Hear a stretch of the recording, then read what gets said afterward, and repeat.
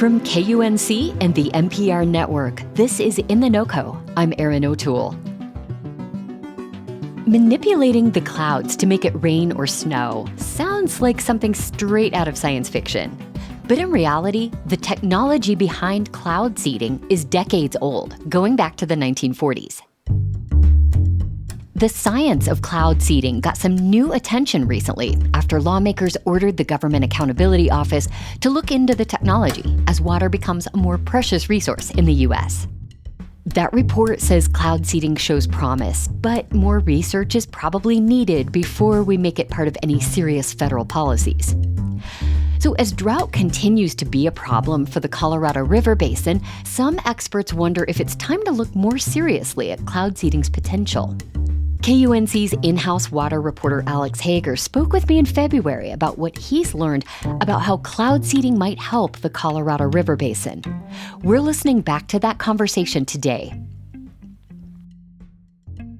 Alex, cloud seeding has been happening for 80-some years. How does it work, and who makes use of it? Yeah, well, basically you find a cloud that is holding on to moisture but not dropping it. You go in either from the ground or with a plane, and you add a chemical to that cloud. Usually it's something called silver iodide, and it causes ice crystals or rain droplets to form, and then it falls as snow and rain.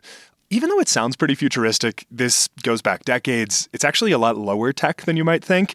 The federal government spent a lot of money researching cloud seeding back in the 70s, but they kind of pulled that back in the 80s. And since then, it's mostly been up to the states. So right now, there are 9 states, all west of the Mississippi, that are spending money on cloud seeding, and we are in one of them.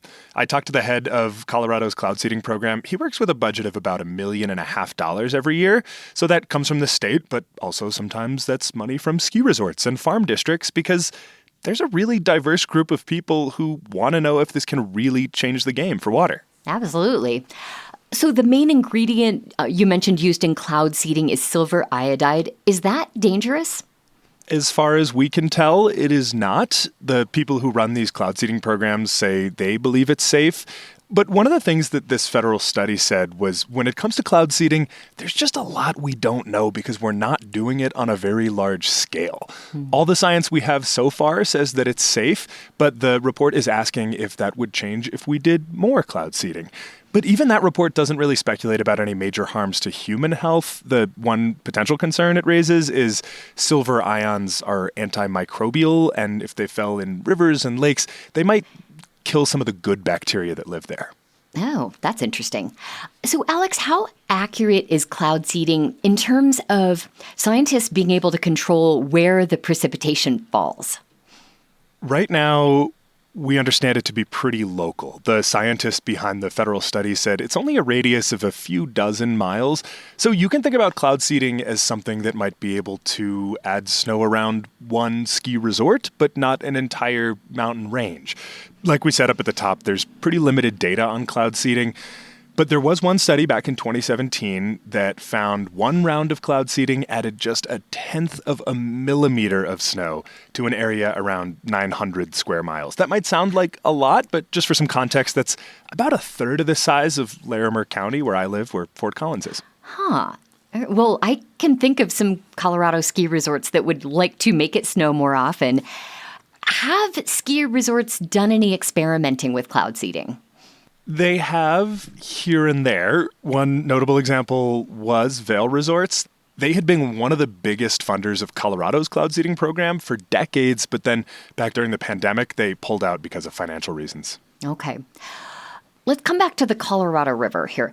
The Colorado River basin has seen dwindling water supplies and increased haggling over how much water is available for states and cities in the region. How might cloud seeding be helpful in improving conditions along the Colorado River? Yeah, that is a great point. The reason there is big interest and potentially some big money in cloud seeding, that is not because of skiing, it is because of this, the Colorado River. It supplies about 40 million people across the West, and 2/3 of all that water for all the cities and farms from Wyoming to Mexico, it starts as snow right here in Colorado. So if we can increase the amount of snow, we can add more supply to a river that has more demand than it has water right now. A big part of the reason we're in this mess is because Mother Nature is bringing warmer, drier to the mountains, thanks to climate change. And this could be a way for humans to put a thumb on the scale and maybe change that equation a little bit. Now, Alex, you talk to a lot of water experts in your work. How seriously is anyone advocating for this as a solution to lower water levels along the Colorado River? Look, there are important, smart people that are taking this seriously. They're backing their belief in cloud seeding with millions in state funding. But here is the catch. They say it's just one small tool in the tool belt we're going to need to use to solve the Colorado River crisis. Realistically, they know it would be easier and cheaper to work on demand rather than supply. For example, they can pay farmers to use less water on their crops. That might be tough and expensive, but when you compare it to literally trying to change the weather, it might be a little more reasonable. You have covered some of the more outlandish proposals to put more water in the Colorado River. These include a pipeline from the Mississippi River all the way to the southwest. When you take a step back, how viable does cloud seeding seem as a solution, compared to that pipeline? It is definitely on the more reasonable side of things than a cross-country pipeline. But look, if you ask anyone in charge of solving the Western water crisis, they will tell you that there is no one silver bullet here. One water manager I talked to said we are more likely to get out of this problem with silver buckshot. He means turning all the knobs a little bit, both supply and demand. So we can incentivize farmers to use less water. We can deploy new technology in cities that helps them use less. And at the same time, we can try to add more water on the supply side through things like cloud seeding. So, Alex, what happens now, and how realistic do you think cloud seeding will be as something that we use to help the Colorado River? Well, the conclusion of this very agnostic government report is actually the same thing that advocates for cloud seeding have been saying for a long time. They're saying this technology deserves more research, it deserves more funding, and really people who use the Colorado River need to figure out its true potential. We are at a point right now where the Colorado River could use all the help it can get. So you've got even, pretty pragmatic water managers saying it is worth trying this kind of solution just to see how much it can help. That said, it is not going to be cheap. Over the past few years, the Colorado River has actually gotten a lot of financial help from the federal government to experiment with potential solutions. But right now, that kind of money, the billions of dollars that the Colorado River enjoyed under the Biden administration, that kind of money faces a very uncertain future under this new Trump administration.